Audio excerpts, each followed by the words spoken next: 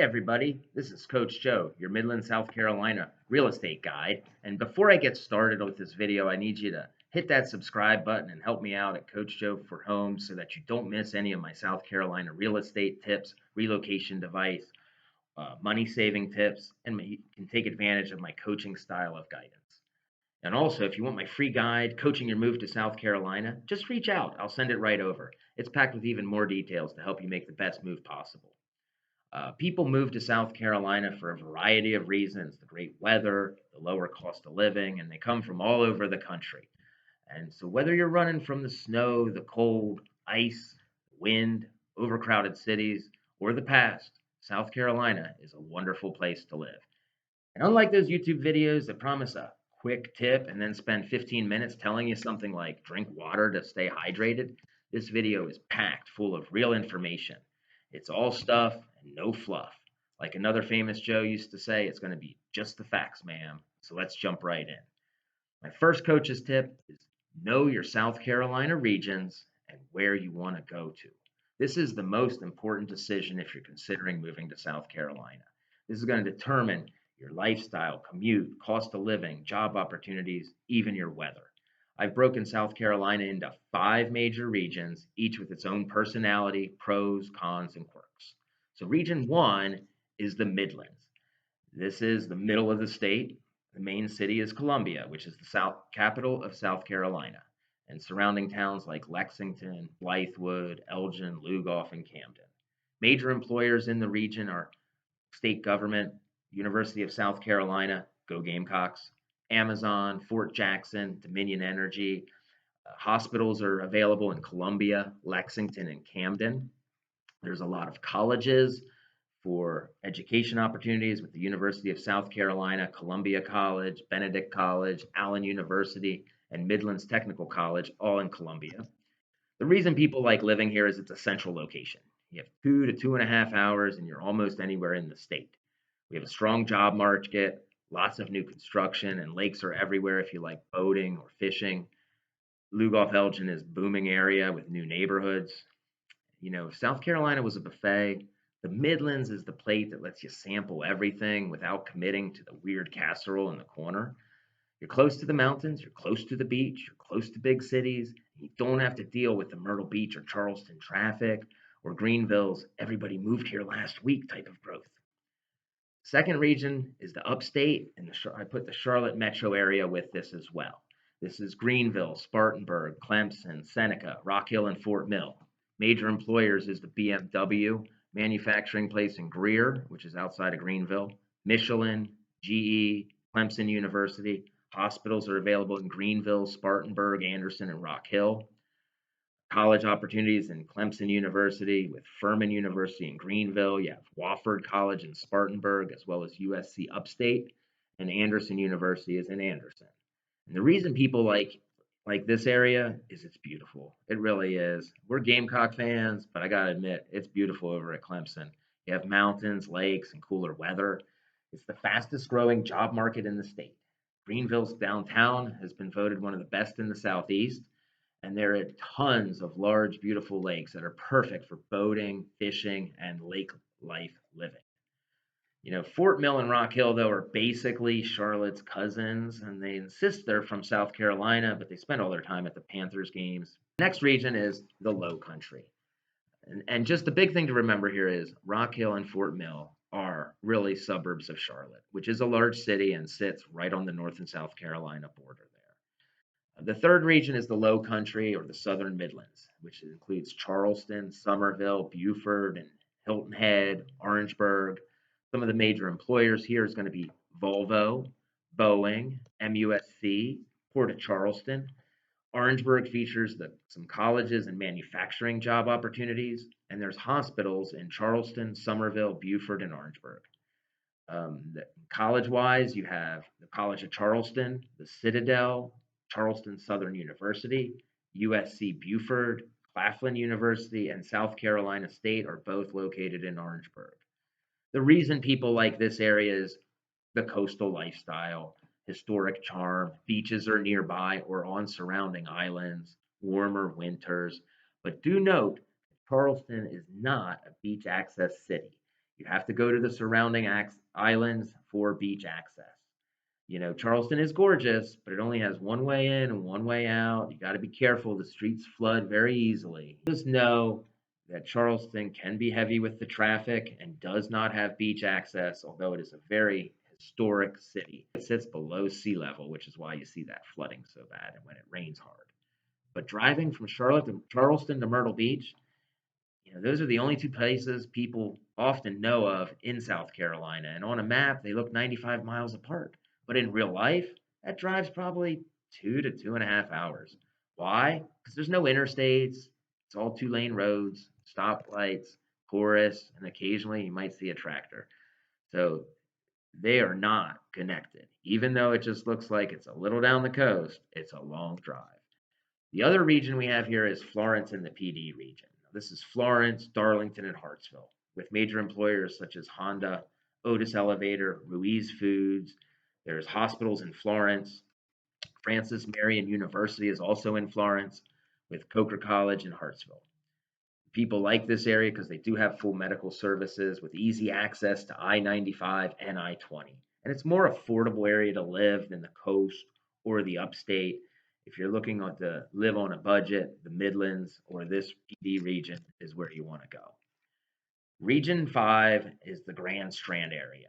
This is one of the more popular areas for people from out of the area, with Myrtle Beach, North Myrtle Beach, Surfside, and Conway. And no, Myrtle Beach is essentially the northeast corner of South Carolina, sitting again very close to the border of North and South Carolina. The big employers here is going to be jobs in the hospitality and tourism industry. Horry County Schools is very large. There's also a lot of retail and service industry opportunities for employment, and hospitals are located in Myrtle Beach and in Conway.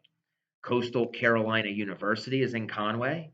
People like this area because you have resort lifestyle, growing airports, affordable coastal living. It's busy in the tourist season. A lot of people have vacation homes or come down for golfing in the area. So it does lead to a busy summer with lots of traffic. Just a heads up. Now, here's my coach's tip number 2, and this is an important one. It's understanding the weather here in South Carolina. You have to deal with the heat, ice, storms, hurricanes, and it can vary very dramatically by region. And it can all cost you money if you're not ready. You have the summer heat. Summers are long, they're hot, and they're humid. And when I say long, I would say the summer heat hits in May and runs through June, July, August, and yes, September. September is frequently the hottest month here, and it's definitely still summer. You'll be sweating while your northern friends might be having some pumpkin spice or getting ready for the fall and throwing sweatshirts on. The good news, though, is spring season starts early, at least the spring weather. It shows up in February. And while the Northeast then is still shoveling snow, we're outside grilling, kids playing baseball, playing golf or tennis, enjoying the outdoors. Winter weather, you need to be aware that the snow is rare, but the upstate and Rock Hill area can definitely get snow or get ice. And we're not ready for snow here. A small amount of snow can close things for days.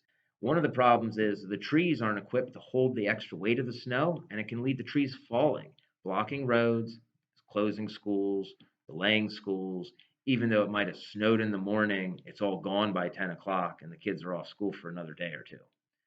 You do need to know also that in the Midlands and Lowcountry, temperatures drop below freezing, especially at night in December and January, and this can burst pipes. Frozen pipes, this is a grand slam tip. I want everybody to write this down. A frozen pipe can cost you $5,000 to $20,000. Burst pipe can mean you need new floors, new drywall, mold remedies. You have a massive water bill, plus insurance deductibles. How do you avoid this? This is the big one, and this throws people off who've never lived in South Carolina or in the South. You need to let your faucets run at night when it's below freezing. Just a little more than a drip, and I recommend opening the cabinet doors under the sinks to let the warm air in that area as well.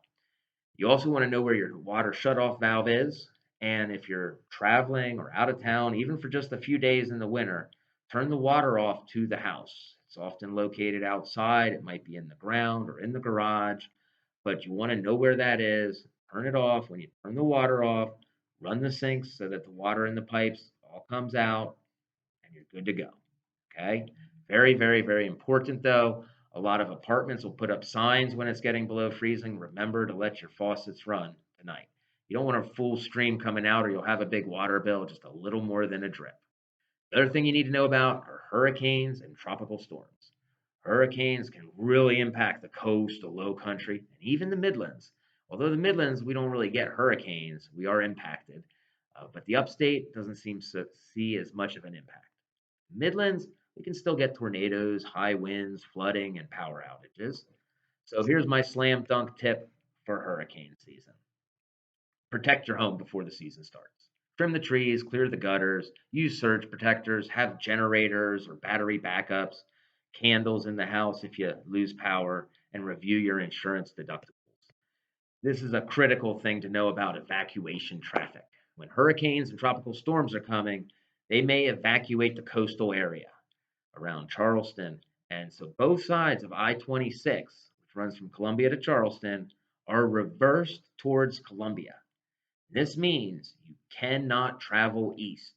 So if you live in the Midlands or you work in Columbia and live 10 miles east going down 26, well, you got to find a different way home if they are having evacuations from Charleston, because that interstate is one way only going west. This is also going to lead to traffic spikes and why you might see schools on sunny, nice days that are closed here in the Midlands, because when they evacuate, this is where they go. And so the schools sometimes act as shelters or places for people to stay while when they had to evacuate their homes during a hurricane. My coach's tip number three, and this is a big one too, it's cost of living, taxes, and vehicle information that you should know. South Carolina is affordable, but all newcomers must know this: there's no state vehicle inspections. However, your vehicles are part of your property taxes every year. When you register your vehicle, you also must pay the property taxes. And so that can vary significantly based on the value of your vehicle. Home prices also vary widely, and out of state investors expect to pay higher amounts in property taxes. Low property taxes brings people here, but no, if you're an investor, the rates are higher. Out of state investor, you're going to pay more in property taxes. My slam dunk tip has to do with the budget for vehicle taxes. Your cars can easily be 600, maybe even thousands of dollars per year. So budget for this and be ready for it. Now, here's a grand slam tip for you as well. Insurance costs change by region. Flood zones, wind zones, and coastal proximity can dramatically increase your insurance premiums. The other big grand slam tip I have here in this section is that inland homes are cheaper. You might say, duh, but living inland, especially in the Midlands or PD, can save you tens of thousands of dollars, not just on home prices, but also on not having to have flood insurance, wind and hail deductibles, and property taxes. My coach's tip number four: this is an important one. If you have children, it's on the schools and education. So don't skip this if you have kids. If you do have kids, hey, you want to skip a minute ahead, that's fine. But the school systems dramatically can vary based on the areas. And a rural district can be very rural. Some of the rural areas, the school districts get combined or they get taken over by the state even. Larger counties like Richland, Kershaw will have multiple districts or multiple high schools. Richland has Richland 1 and Richland 2 school district, but there are many high schools in each of those districts. Kershaw County, for example, has 3 high schools: one for Lugoff Elgin, one for Camden, and one for North Central, which is above Camden. And you also want to know that school starts early. By the beginning of August, kids are back to school and they're out before the end of May every year. They never have school. Have I seen it bleed into June? Whereas when we were in the Northeast, we never started school before Labor Day. Here, the kids have been there already for a month. You can research more about schools at coachjoe.org. Under the Neighborhood News tab, you'll see a link that takes you to South Carolina schools report cards. But a big slam dunk tip here is knowing the schools can help protect your home value. Because homes in stronger school districts are going to hold their value better, sell faster, and reduce the need for private school tuition. And although you can have your children go to a different school than where you live, you have to provide your own transportation. So if you move to a rural area and you're not happy with those schools, yes, you may be able to go somewhere else, but it may involve a lot of commitment driving your children back and forth to those schools every single day. My next coach's tip has to do with transportation. South Carolina cities are smaller and more spread out than major northern metros. My dad used to take a train to Philadelphia to go to work every day, and take a train back at the end of the day. And that's not really an option here.